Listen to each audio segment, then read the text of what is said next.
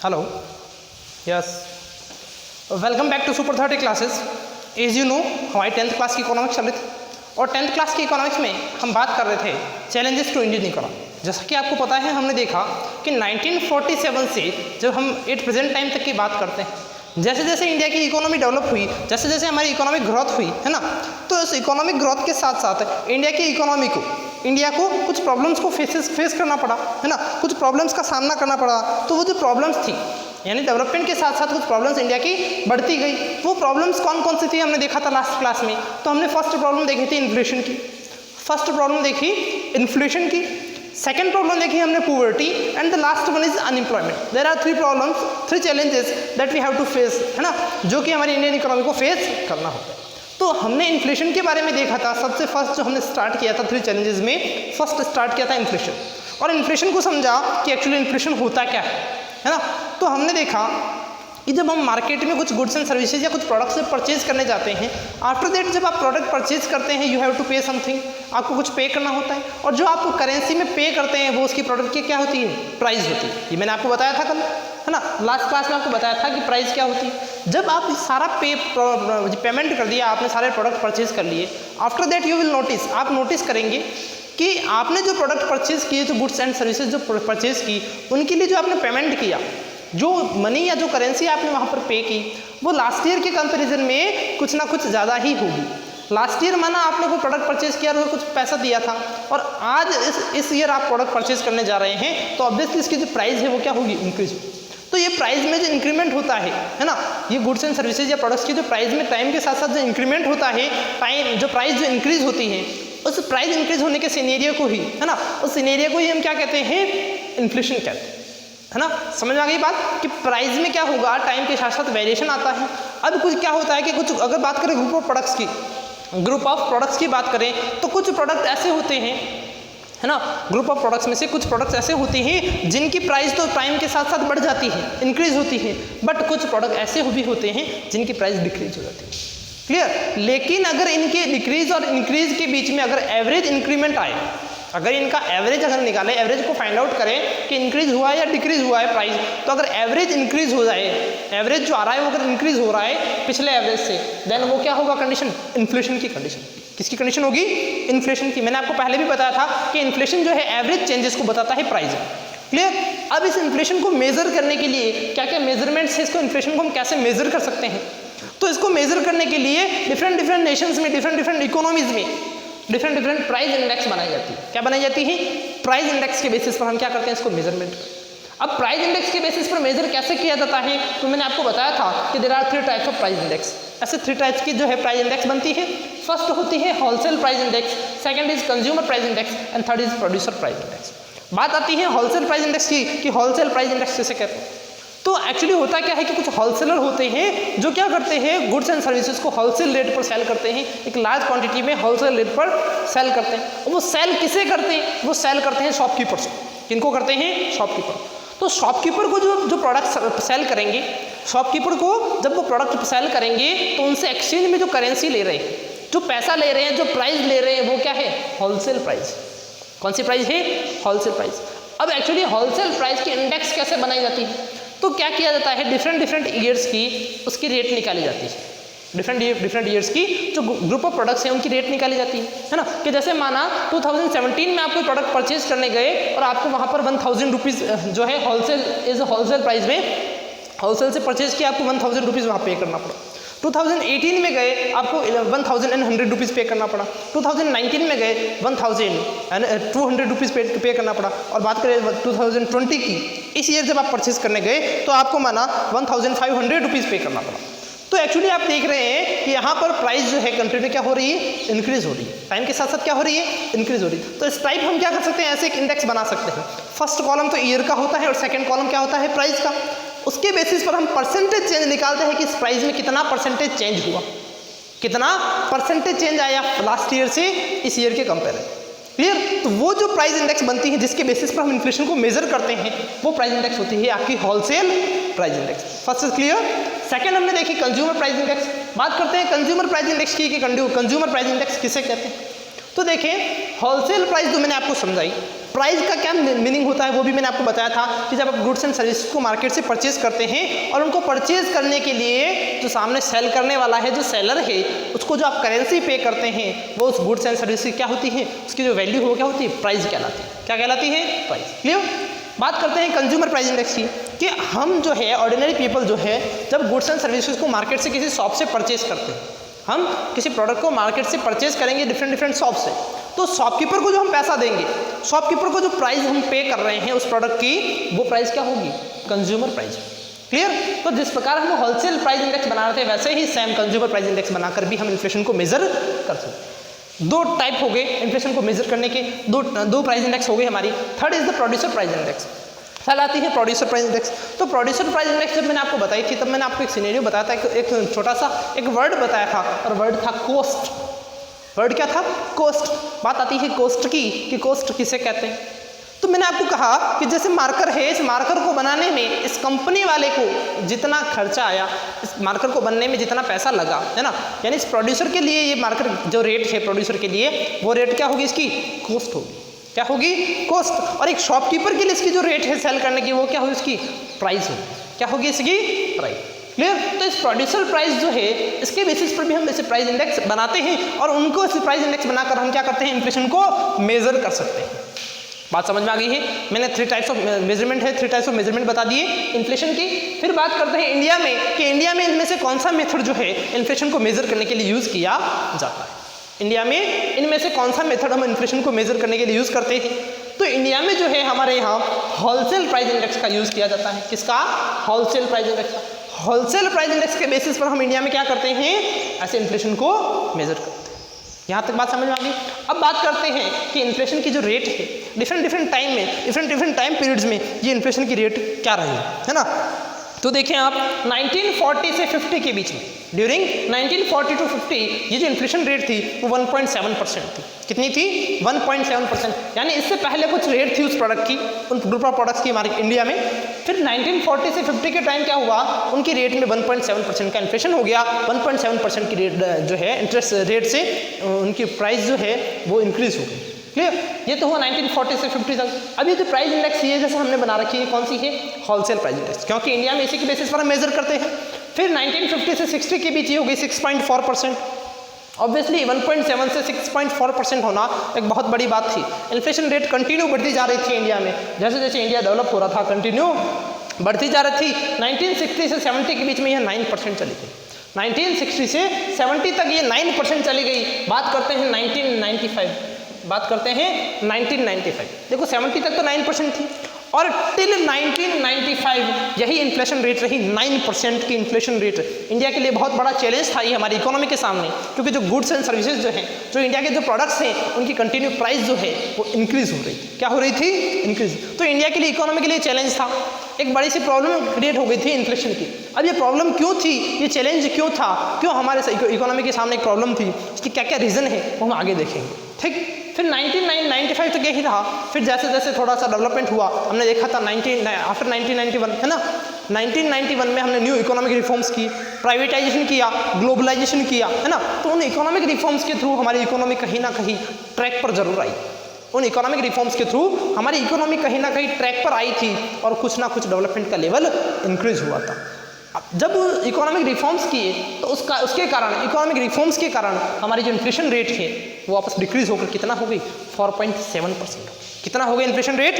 4.7%। अब अगर all over देखा जाए तो इन्फ्लेशन हमारी कंट्री के लिए एक प्रॉब्लम ही है, एक चैलेंज ही है।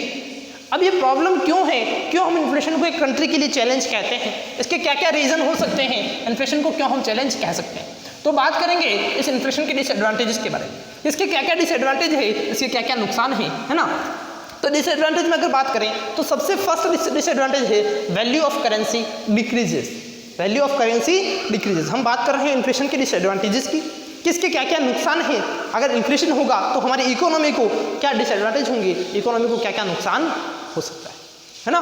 तो डिसएडवांटेज में फर्स्ट है value of currency decreases. First point है वैल्यू ऑफ करेंसी डिक्रीजेस।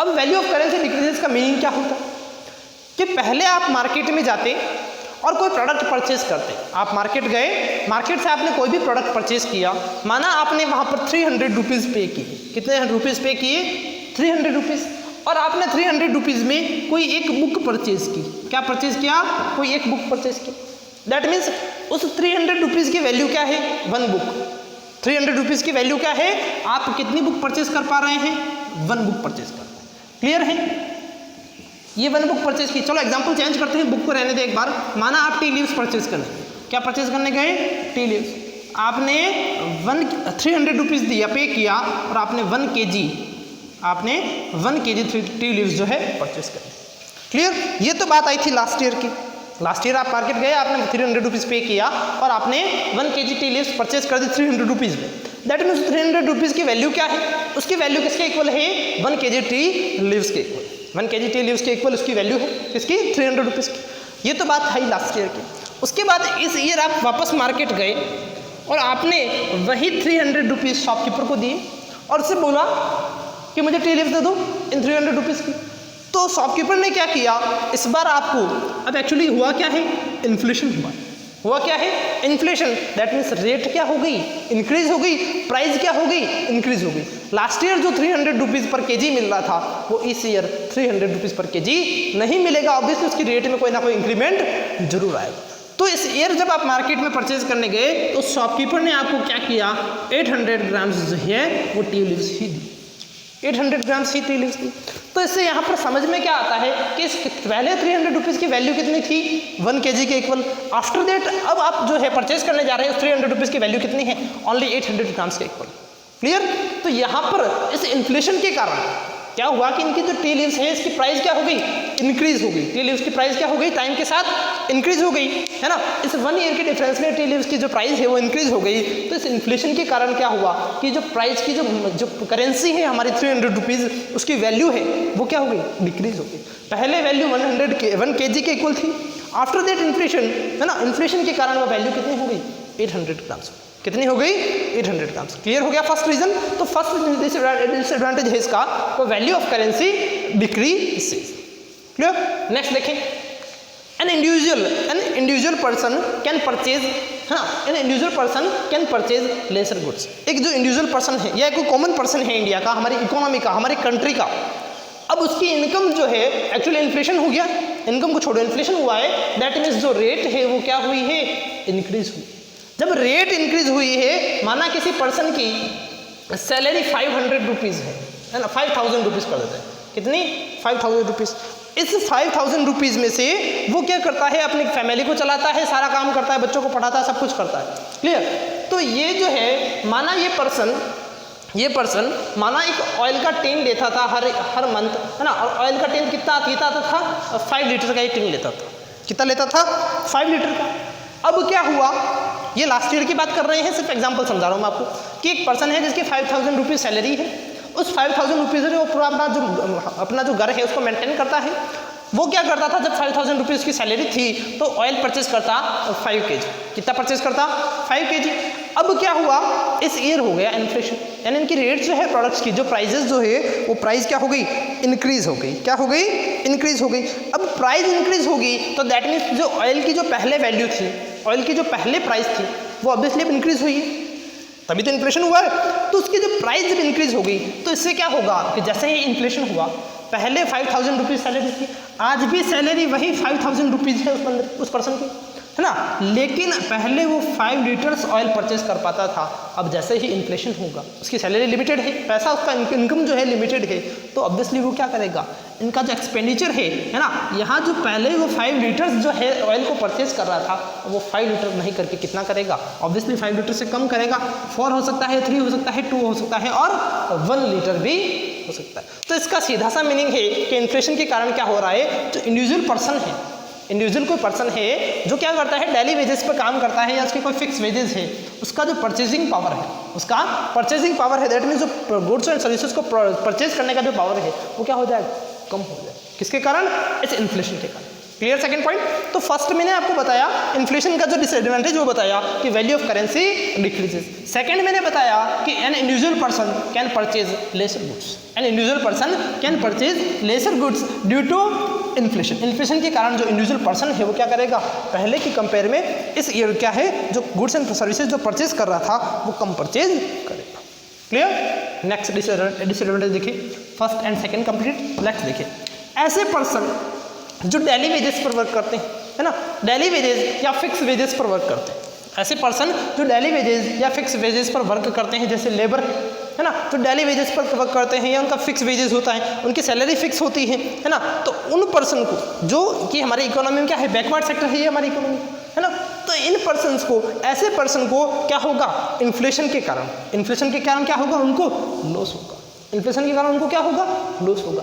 चाहे इन्फ्लेशन बढ़ रहा है, गुड्स एंड सर्विसेज की प्राइस बढ़ रही है या नहीं बढ़ रही है ना, माना इस ईयर कुछ प्राइस थी और इस ईयर जाकर क्या होगी, प्राइस इंक्रीज होगी, इस ईयर जाकर और ज़्यादा इंक्रीज होगी, लेकिन इनकी सैलरी तो लिमिटेड है, वही फिक्स क्वांटिटी में वो पैसा अर्न कर रहे हैं, फिक्स वेजेस है, तो इनको क्या होगा, ऐसे जो पर्सन है, जो लेबर सेक्शन है हमारा, तो फिक्स वेजेस पर है, डेली वेजेस पर है, ऐसे पर्सन को इस इन्फ्लेशन के कारण क्या होता है, नुकसान होता है। क्या होता है, उनको लॉस होता है। क्यों होता है, क्योंकि पहले यहाँ पर प्रोडक्ट ज़्यादा परचेज कर पा रहा था, इन्फ्लेशन हुआ और कम हो गया परचेज करना, और उसका वेजेस तो वही है, इसी सैलरी से वो इतना कुछ प्रोडक्ट परचेज करता, फिर इंक्रीमेंट हो गया, इन्फ्लेशन हो गया, है ना, रेट जो प्राइस है वो इंक्रीज हो गई, तो कुछ वो क्या करेगा, अपना जो पहले परचेज करता उसकी क्वांटिटी कम करेगा, अब और इंक्रीज हो गई तो क्या करेगा, और क्वांटिटी कम करेगा, क्योंकि उसको उसी पैसे से, उसी सैलरी से पूरा महीना चलना है, पूरी फैमिली को हैंडल करना, तो ऑब्वियसली वो क्या करेगा, अपना एक्सपेंडिचर जो है वो कम करेगा, और जब एक्सपेंडिचर कम होगा तो जो गुड्स एंड प्रोडक्ट्स जो परचेज कर रहा था वो भी क्या होंगे,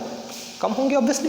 तो दैट मीन्स जो डेली वेजेस वाले पर्सन है, जो सैलरी जिनकी फिक्स होती है, उनको क्या होता है, इन्फ्लेशन से लॉस होगा, क्या होगा, लॉस होगा। तो डिसएडवांटेज के थर्ड रीजन मैंने आपको इसका इन्फ्लेशन का डिसएडवांटेज जो बताया, तो थर्ड डिसएडवांटेज आपको कंप्लीट कर दिया। नेक्स्ट है वैल्यू ऑफ सेविंग डिक्रीजेस। देखो बिल्कुल बेसिक चीज़ है, एक्चुअली सेविंग कहते किसको है, फर्स्ट बात आती है कि सेविंग कहते किसको, हम किस, ऐसा कौन सा टर्म है जिसको हम सेविंग कह सकते हैं। तो अगर देखा जाए कि किसी पर्सन की, किसी इंडिविजुअल पर्सन की जब इनकम उसके एक्सपेंडिचर से ज़्यादा हो, किससे ज़्यादा हो, किसी इंडिविजुअल पर्सन की इनकम एक्सपेंडिचर से ज़्यादा हो, तब हम क्या करते हैं, जो एक्स्ट्रा इनकम हमारी बच गई, हमने जैसे कि किसी पर्सन की माना 20,000 रुपीज़ इनकम है, कितनी, 20,000 रुपीज़, उसका एक्सपेंडिचर हो रहा है 15,000 रुपीज़ पर मंथ, कितना हो रहा है, 15,000 रुपीज़ पर मंथ, तो ये रिमेनिंग जो 5,000 रुपीज़ है, कितने, रिमेनिंग जो 5,000 रुपीज़ है वो उनका क्या करेगा, सेविंग करेगा, क्या करेगा, सेविंग करेगा अपने फ्यूचर के लिए। तो ये जो उसने सेविंग की, माना इस ईयर उसने 5,000 रुपीज़ सेव कर दिए, कितने सेव कर दिए, इंडिविजुअल पर्सन ने, किसी पर्सन ने 5,000 रुपीज़ सेव कर दिए। अब क्या हुआ, माना वो 5,000 रुपीज़ में कोई भी गुड्स एंड सर्विसेज परचेज कर पाता, कुछ भी परचेज कर पाता, माना कोई भी प्रोडक्ट उसमें परचेज करता, वो 5,000 रुपीज़ में माना 10 kg आ जाता था, कोई भी प्रोडक्ट, कोई भी गुड्स, ठीक है, 5,000 रुपीज़ में कितना आता था, 10 kg। अब इस लास्ट ईयर क्या था, इसने 5,000 रुपीज़ सेव।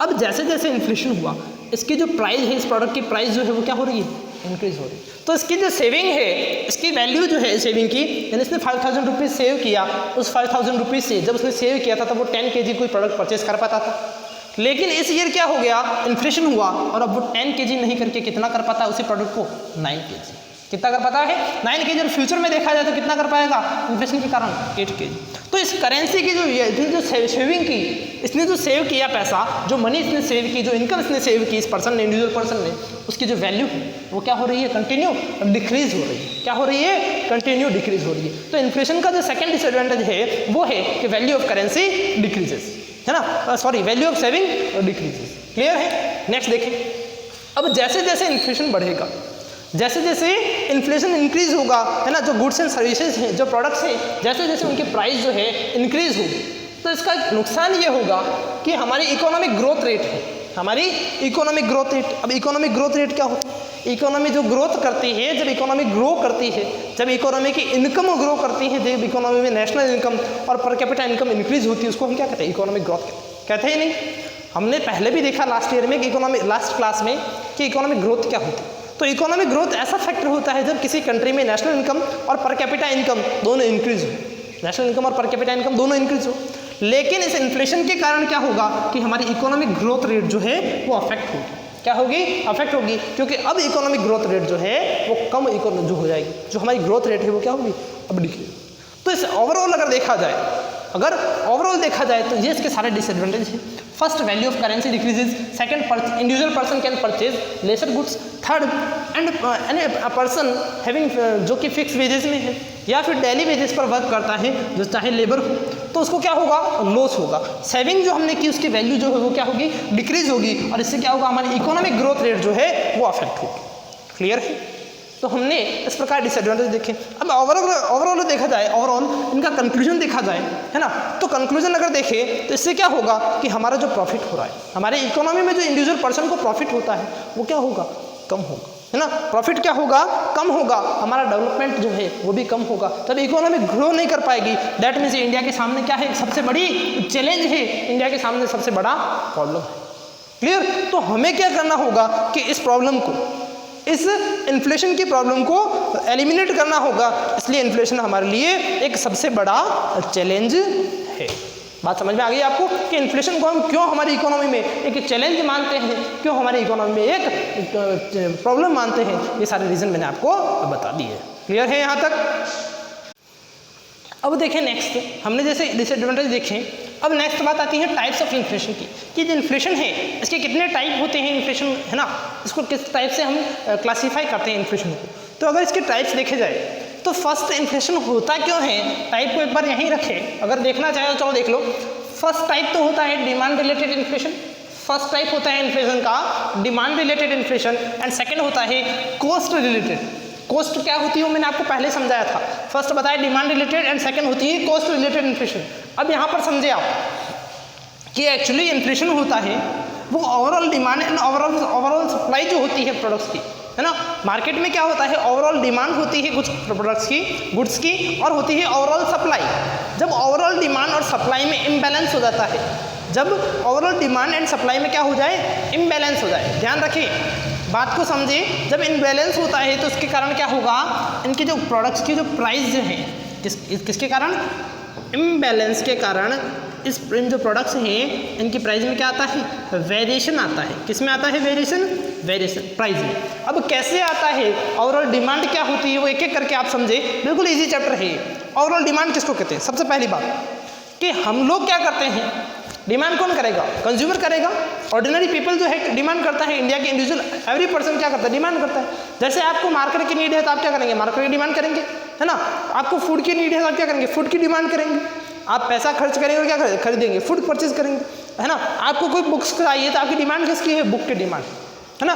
तो एक इंडिया की इकोनॉमी, एक कंट्री की इकोनॉमी के लेवल पर अगर देखा जाए ओवरऑल डिमांड किसको कहते हैं, एक कंट्री के लेवल पर अगर देखा जाए कि ओवरऑल डिमांड कहते किसको है कंट्री के लेवल पर, तो इस कंट्री में, एक इकोनॉमी में total expense on the final goods, जितना भी एक्सपेंडिचर होता है इंडिया की इकोनॉमी में, एक कंट्री में वहाँ की जो पॉपुलेशन है वो जितना पैसा खर्च करती है, जितना एक्सपेंडिचर करती है किस पर, फाइनल गुड्स एंड सर्विसेज पर। जो भी फाइनल गुड्स एंड सर्विसेज है उन पे हम जितना भी पैसा एक्सपेंस करते हैं, जितना भी एक्सपेंडिचर होता है हमारा, उस एक्सपेंडिचर का अगर टोटल कर दे तो वो क्या होगी, ओवरऑल डिमांड के इक्वल होगी।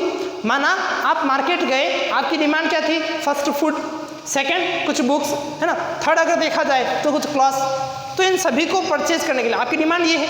अब इनको कैलकुलेट तो नहीं कर सकते, एक फूड दो फूड ऐसे कैलकुलेट तो नहीं कर सकते हम। तो इस डिमांड को कैलकुलेट करने के लिए हमने क्या किया कि आप जितना इन पर एक्सपेंडिचर कर रहे हैं, जितना इन पर एक्सपेंस कर रहे हैं, है ना, कि जैसे आपको फूड को परचेज करना है तो आप कितना एक्सपेंस कर रहे हैं, माना 50 रुपीज़ 100 रुपीज़ आपने फूड के लिए दिया। फिर आपने स्टेशनरी जो बुक्स परचेज की उसके लिए माना आपने 500 रुपीज़ दिया, है ना। 500 रुपीज़ आपको वहाँ पर आपको एक्सपेंस करना पड़ेगा बुक्स स्टेशनरी को खरीदने के लिए, परचेज करने के लिए। उसी तरह फिर मैंने आपको बताया आपके क्लॉथ्स को परचेज करने गए तो माना 1000 रुपीज़ आपने एक्सपेंस किया हो, तो 1000 रुपीज़ फर्स्ट, 1000 रुपीज़ तो वो क्लॉथ्स वाला, 500 रुपीज़ आपकी स्टेशनरी का एंड 100 रुपीज़ आपके फूड का, कितना हो गया 1600। तो ये क्या हो गई 1600 आपकी डिमांड हो गई, क्या हो गई आपकी डिमांड। तो सेम एज इट इज़ एक ओवरऑल डिमांड होती है कंट्री में कि इकोनॉमी में जब जितना टोटल एक्सपेंस होता है फाइनल गुड्स एंड सर्विसेज पर, है ना, हम हमारी नीड्स को फुलफिल करने के लिए क्या करते हैं, गुड्स एंड सर्विसेज को परचेज करते हैं। और हम जितना वहाँ पर एक्सपेंस करेंगे, जितना हम पैसा खर्च करेंगे, उसका अगर टोटल कर दिया जाए पूरी इकोनॉमी का, पूरी कंट्री का, तो उसको हम कहेंगे ओवरऑल डिमांड। क्या कहेंगे, ओवरऑल डिमांड। यहाँ तक समझ में आ गई ओवरऑल डिमांड क्या होती है। फिर बात आती है ओवरऑल सप्लाई की, कि ओवरऑल सप्लाई किसको कहते हैं। अब आप लोग तो डिमांड कर दी कि मुझे स्टेशनरी के कुछ प्रोडक्ट्स चाहिए, बुक्स चाहिए, है ना, नोटबुक्स चाहिए, पेंसिल चाहिए, पेन चाहिए, है ना, तो ये तो आपकी डिमांड हुई। तो इन डिमांड को फुलफिल करने के लिए क्या करना पड़ेगा कंट्री को, है ना, कि आपको स्टेशनरी के लिए आपको बुक्स चाहिए तो इनका प्रोडक्शन तो करना पड़ेगा। तो इकोनॉमी क्या करती है, जितनी क्वांटिटी उसके प्रोड्यूस होती है, जितनी क्वांटिटी में उसका प्रोडक्शन होता है, उस क्वांटिटी को हम क्या कहते हैं, ओवरऑल सप्लाई। मार्केट में आप शॉपकीपर के पास गए, आपको स्टेशनरी के प्रोडक्ट्स खरीदने थे, आपकी डिमांड क्या थी, वो प्रोडक्ट्स। आप प्रोडक्ट्स को गिन सकते हैं, माना एक बुक खरीदनी है, 2 बुक खरीदनी है ना, लेकिन कुछ प्रोडक्ट्स ऐसे होते हैं जिनको गिनना पॉसिबल नहीं होता, जिनको काउंट करना पॉसिबल नहीं होता। उसके लिए हम क्या करते हैं, उस पर एक्सपेंडिचर जो हम करते हैं, जितना पैसा एक्सपेंस करते हैं उसको हम मेजर कर देते हैं। तो वो एक्सपेंस तो कहलाता है हमारा ओवरऑल डिमांड। अब उस डिमांड को फुलफिल करने के लिए इकोनॉमी को क्या करना पड़ता है, प्रोडक्शन करना पड़ता है। इकोनॉमी में क्या करना पड़ेगा, प्रोडक्शन करना पड़ेगा। तो जितना प्रोडक्शन होता है एक इकोनॉमी के लेवल पर, जितनी क्वांटिटी प्रोड्यूस होती है एक इकोनॉमी में, एक फाइनेंशियल ईयर में, ये सारा जो हम पढ़ रहे हैं, ओवरऑल डिमांड देखें, ओवरऑल सप्लाई देखें, एक फाइनेंशियल ईयर में होता है। अब जितनी क्वांटिटी हम ये प्रोड्यूस कर रहे हैं वो क्या कहलाती है, आपकी ओवरऑल सप्लाई।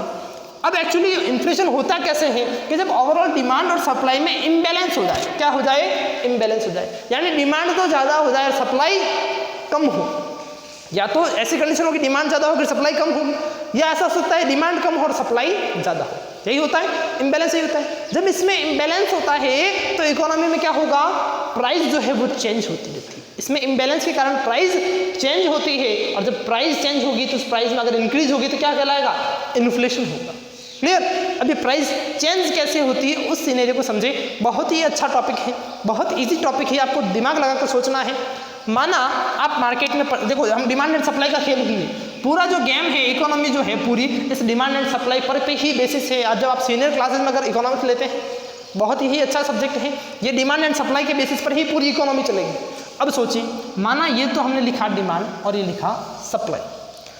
आप मार्केट में ज़्यादा से ज़्यादा लोग, माना इस किसी प्रोडक्ट को, एक वॉच आई नई मार्केट में, एक नई वॉच आई, तो ऑब्वियसली इसकी डिमांड ज़्यादा होगी।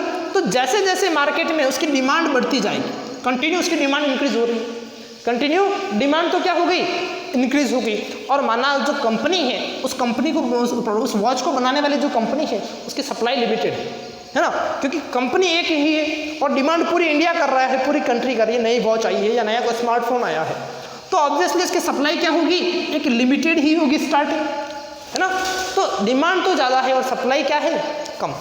तो ये कंपनी वाला जो है वो किसको सेल करेगा, ये प्रोडक्ट किसको देगा। माना ये सप्लाई जो है 20 यूनिट ही है, इसके पास वॉच कितनी बनी, 20 यूनिट। एक माना आज की एक दिन की 20 यूनिट वॉच बन गई इसके पास, और इसको आज एक ही दिन में 100 पीपल जो है इसको परचेज करने के लिए रेडी है। कितने परसेंट, 100% इसको परचेज करने के लिए रेडी है। वो 100% डिमांड कर रहे हैं कि मुझे भी चाहिए, मुझे भी चाहिए। अब ये कंपनी वाला ये 20 वॉच किसको परचेज करेगा, जो इसकी ज़्यादा प्राइस देगा, जो इसकी ज़्यादा प्राइस देगा। तो जब इकोनॉमी में ऐसा होता है कि जब डिमांड ज़्यादा हो जाती है और सप्लाई क्या होती है, कम, जब लोग ज़्यादा से ज़्यादा डिमांड करते हैं उसकी सप्लाई जब कम होती है, तो इकोनॉमी में क्या होगा कि उस कंडीशन में उसकी जो प्राइस जो पहले हमने डिसाइड की उसकी प्राइस में क्या आता है, इंक्रीमेंट आ जाता है, उसकी प्राइस क्या हो जाती है, इंक्रीज हो जाती है। तो हमने देखा कि इस ओवरऑल डिमांड एंड सप्लाई में इम्बैलेंस के कारण क्या होगा, प्राइस में वेरिएशन आता है, प्राइस में चेंजेस आते हैं, और जब ये प्राइस इंक्रीज हो जाती है तो क्या हो जाता है, इन्फ्लेशन हो जाता है। तो जब डिमांड इंक्रीज होगी, डिमांड जब इंक्रीज होगी और सप्लाई जब लिमिटेड होगी, सप्लाई कम होगी, तो ऑब्वियसली क्या होगी, उस प्रोडक्ट की प्राइस में इंक्रीमेंट आएगा, और जब प्राइस इंक्रीज हो जाएगी तो हमारी इकोनॉमी में क्या प्रॉब्लम आएगी, इन्फ्लेशन की प्रॉब्लम आएगी। किसकी प्रॉब्लम आएगी, इन्फ्लेशन की। तो इन्फ्लेशन क्यों होता है वो मैंने आपको बताया, ये तो बताया प्राइस इंक्रीज होना। अब देखो डिमांड के कारण ये इन्फ्लेशन किसके कारण हो रहा है, प्राइस में इन्फ्लेशन किसके कारण हो रहा है, प्राइस इंक्रीज किसके कारण हो रही है, इस डिमांड में इंक्रीज होने के कारण। डिमांड इंक्रीज हो रही है तो प्राइस में क्या हो रहा है, इन्फ्लेशन आ रहा है, उनकी जो प्रोडक्ट की जो प्राइस है वो क्या हो रही है, इंक्रीज हो रही है। तो जब डिमांड के कारण जब किसी प्रोडक्ट की प्राइस इंक्रीज होती है, उस इन्फ्लेशन को, उस टाइप के इन्फ्लेशन को हम क्या कहते हैं, डिमांड रिलेटेड इन्फ्लेशन कहते हैं। क्या कहते हैं, डिमांड रिलेटेड इन्फ्लेशन। समझ में आ गई बात कि इकोनॉमी में ये जो इन्फ्लेशन है, इन्फ्लेशन कहते हैं किसको है, कि प्राइस जो है उसमें क्या होना, चेंजेस आना, डिफरेंट टाइम के साथ साथ प्राइस में क्या आना, चेंजेस आना, उसको ही हम इन्फ्लेशन कहते हैं। तो इन्फ्लेशन में जो चेंजेस आता है वो किसके कारण आता है, सॉरी, ये जो इकोनॉमी में चेंजेस आते हैं प्राइस में वो किसके कारण आते हैं, overall demand and overall supply के कारण। ओवरऑल डिमांड किसको कहते हैं कि हम जितना एक्सपेंस करते हैं टोटल, उसको कहते हैं ओवरऑल डिमांड। और सप्लाई किसको कहते हैं, जितनी क्वांटिटी प्रोड्यूस होती है उसको कहते हैं ओवरऑल सप्लाई। जब इसमें चेंजेस आएंगे तो क्या होगा, इम्बैलेंस होगा, तो प्राइस क्या होगी, चेंज होगी। अब इसको चेंज कैसे होती है कि जब जैसे जैसे डिमांड बढ़ती है और सप्लाई होती है कम, जब डिमांड ज़्यादा होती है और सप्लाई होगी कम, तो ऐसी कंडीशन में वो इकोनॉमी में क्या किया जाता है कि जो प्रोडक्ट्स हैं उनके प्राइस को बढ़ा दिया जाता है, प्रोडक्ट्स जो है इनकी प्राइस को इंक्रीज कर दिया जाता है। तो इसके कारण क्या होगा, इन्फ्लेशन होगा। जब प्रोडक्ट की प्राइस इंक्रीज होगी तो क्या होगा, इन्फ्लेशन होगा। और इस इन्फ्लेशन को जो डिमांड के कारण इंक्रीज हो रही है रेट, उस इन्फ्लेशन को हम कहते हैं demand related inflation. First is clear, demand related inflation मैंने आपको फर्स्ट समझा दिया। इस डिमांड के कारण जो इन्फ्लेशन हुआ उसको हमने कहा डिमांड रिलेटेड इन्फ्लेशन। अब बात आती है कॉस्ट रिलेटेड इन्फ्लेशन की, कि सर कॉस्ट रिलेटेड इन्फ्लेशन क्या होता है, कि कुछ प्रोडक्ट्स ऐसे होते हैं, कुछ प्रोडक्ट ऐसे होते हैं जिनकी कॉस्ट में, अब कॉस्ट किसको कहते हैं, कि जब प्रोडक्शन की जो प्राइस है उसको हम कॉस्ट कहते हैं, जितना प्रोडक्शन में लगा उसको कहते हैं कॉस्ट। जब कुछ प्रोडक्ट्स जो है जिनकी कॉस्ट कंटिन्यू इंक्रीज हो जाती है, क्या होती है, इंक्रीज होती है, क्योंकि इन्फ्लेशन हो रहा है। इसको बनाने में, किसी प्रोडक्ट को बनाने में, माना आप एक बुक परचेज करने गए, उस बुक को बनाने में जो रॉ मटेरियल लग रहा है, जब उनकी प्राइस में इंक्रीमेंट होगा तो ऑब्वियसली उसकी कॉस्ट जो है वो भी इंक्रीज होगी। बुक को बनाने में जो हमने रॉ मटेरियल लगा, लेबर लगा, है ना, कुछ रॉ मटेरियल लगा, लेबर है ना, तो उनकी जब प्राइस इंक्रीज होगी तो ऑब्वियसली कॉस्ट को है वो इंक्रीज करना पड़ेगा।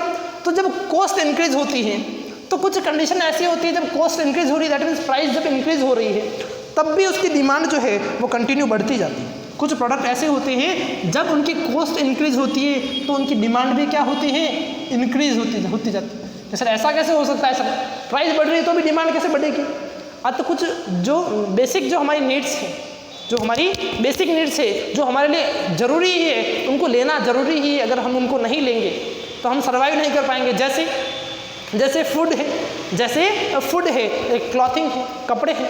तो जब इनकी क्या होती है, कॉस्ट बढ़ती है तो भी इनकी डिमांड कभी कम नहीं होती, क्योंकि ये नहीं लेंगे तो हम सर्वाइव नहीं कर पाएंगे।